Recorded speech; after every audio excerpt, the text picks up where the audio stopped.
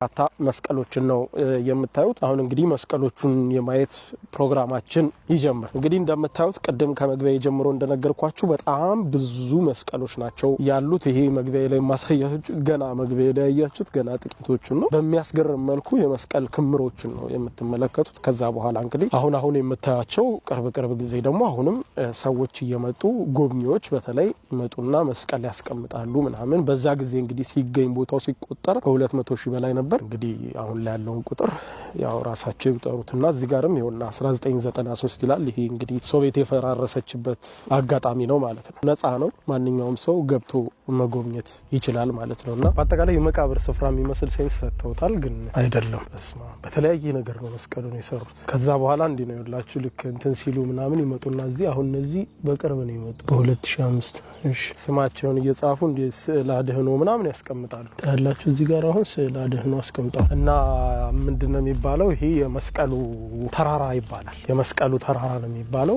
በጣም ብዙ ሰዎች ናቸው የሚጎበኙት መስቀሉን። እንደ ጫካ ነው፣ በቃ ግጥግጥ ብሎ ያለ መስቀል ነው። የመስቀሉ ጫካ እያሉ ይጠሩታል። ተመልከቱ። ይሄ አካባቢ ሲከፈት የተገኙት መስቀሎች በጣም ብዙ መስቀሎች ናቸው። ዋው ገርም ዋት በስማ ታዩታላችሁ።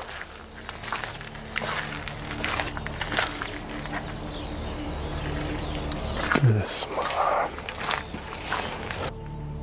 የሚገርም ነው። እና ያው እዚህ አካባቢ መስቀሎቻቸውን ደብቀው የነበረበት ተራራ ነው። ይሄ እንግዲህ አሁን እየወጣን ያለ ነው። ይሄ ደረጃው ምናምን አሁን ነው የተሰራው። በስማ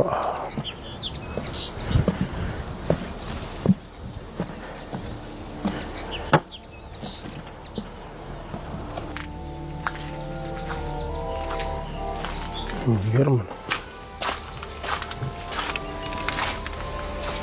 በስማ የሌለ አይነት መስቀል የለም እኮ የሌለ አይነት መስቀል በቃ እንደዚህ አይነት ቦታ ይቻላል። ታዩታላችሁ የመስቀሉ ብዛት። ይሄ በእጅ የሚያዙ ተከሉ ምን የሚሉ የሚቀመጡ እንዳለ ይሄ ተራራው በሙሉ ይኸውላችሁ። ይሄ መስቀሉ ተራራ እዚህ አድርገው ያስቀመጡት። ይሄ ማህተቦቻቸው ያደረጉት የነበረው ማህተም ምናምን በዛ ጊዜ ይኸውላችሁ። የሚገርም ነው። የሚገርም ይኸው እነዚህ በጣም ተስተካክለው ምናምን ተጠርበው የተሰሩ እነዚህ ትልልቅ መስቀሎች ደግሞ ከአብያተ ክርስቲያኖች ውስጥ በወቅቱ የወጡ እንደነበረ ነው የተጻፈው። እንዳንሸራትተኝ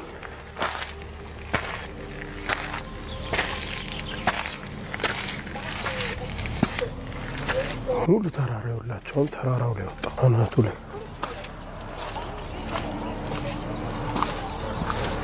ታያቸዋላችሁ። የአንገት ማተቦቻቸው ምናምን እንዴት አድርገው እንዳስቀመጡት በስመ አብ የሚገርም ነው። መስቀሉ ብዛት ተመልከቱት። አንገታቸው ላይ ያደረጓቸው የነበሩ ክሮች የሚገርም ነው።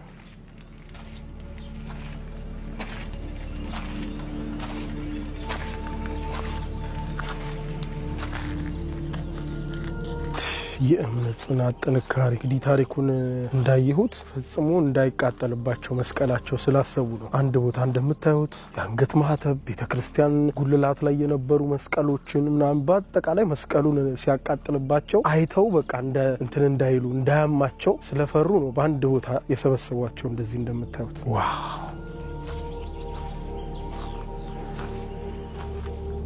ስፍራው አሁን ህግ አለው። ምንም አይነት መስቀል መነካካት ምናምን አትችሉ፣ ታሪክ ስለሆነ ማለት ነው። እቺ ራሱ ማህተዋንያት የአንገት ማህተብ ተመልከቱ። ስዕሎቻቸውን ምናምን አንድ ላይ አድርጓቸው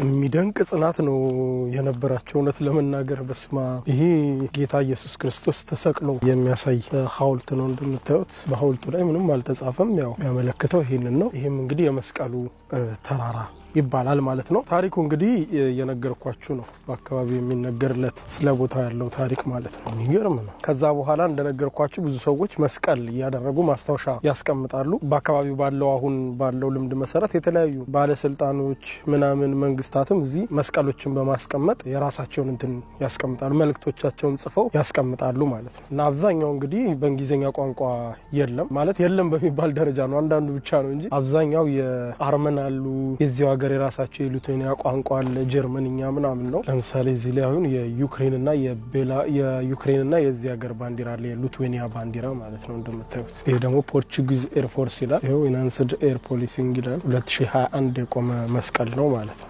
አዲሶቹ አሁን የተቀመጡ ናቸው እና ቦታው በጣም ብዙ ጎብኝ ነው ያለው እንደነገርኳችሁ። ያው እኔ አሁን እኔ መጣሁት በጠዋት ተነስቼ፣ ምክንያቱም ቦታው በጣም ብዙ ጎብኝ እንዳለው ስላወቅኩኝ እስካሁን ያለውንም ፉቴጅ ተረካክቼ ወሰድኩት። ስላልመጡ ነው ገና ቱሪስቶች። ግን አያቸው አሁን እኔ እየቀረጽኩ እንኳን መጡ በጣም ብዙ ቱሪስቶች። አያቸው ማአት ቱሪስቶች መጡ። አሁን ሲያው